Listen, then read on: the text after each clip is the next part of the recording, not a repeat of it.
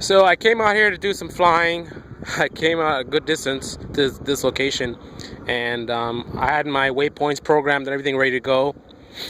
I did a quick test flight, make sure all the controls were working, everything was good, and then I engaged the mission. But then I realized quickly that I made a mistake in this satellite.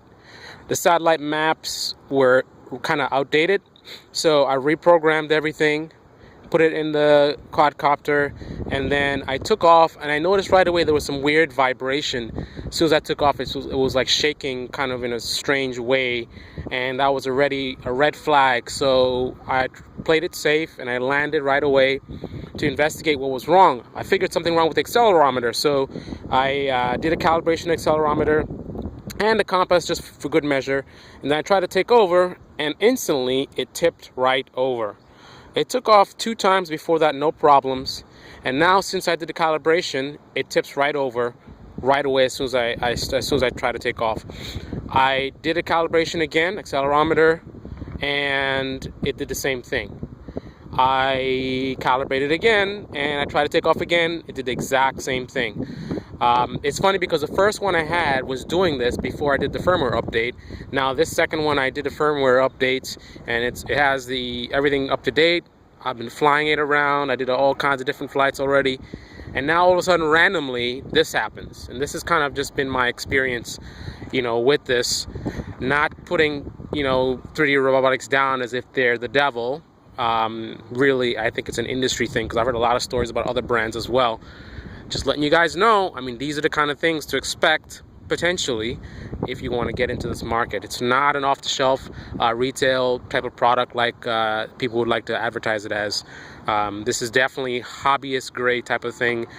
This is really for someone who really wants to spend the time and playing around and on forums and researching things and with tech support and all kinds of stuff. It's great. I love flying it. It's great what it can do, but this is again just not an off-the-shelf thing. If you're technical minded, you got a lot of patience, then go for it. Go get it. Let's get this market going. But for other people, just don't be fooled. This is not an iPod, an Xbox. It's not a remote control car even. This is a whole different animal. Let's see if we can see what it does here.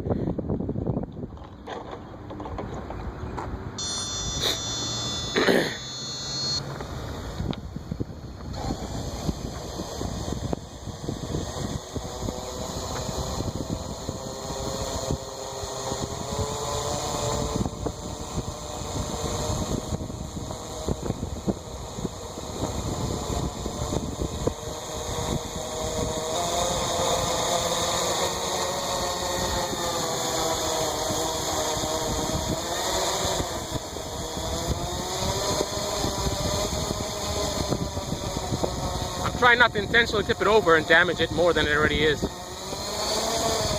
I just want to see it lift off a little bit. See that? See that? You saw that? That's what it's doing. If I try to lift off, it's going to tip right over and crash. It's done that 3-4 times today. And again, my first one did that non-stop.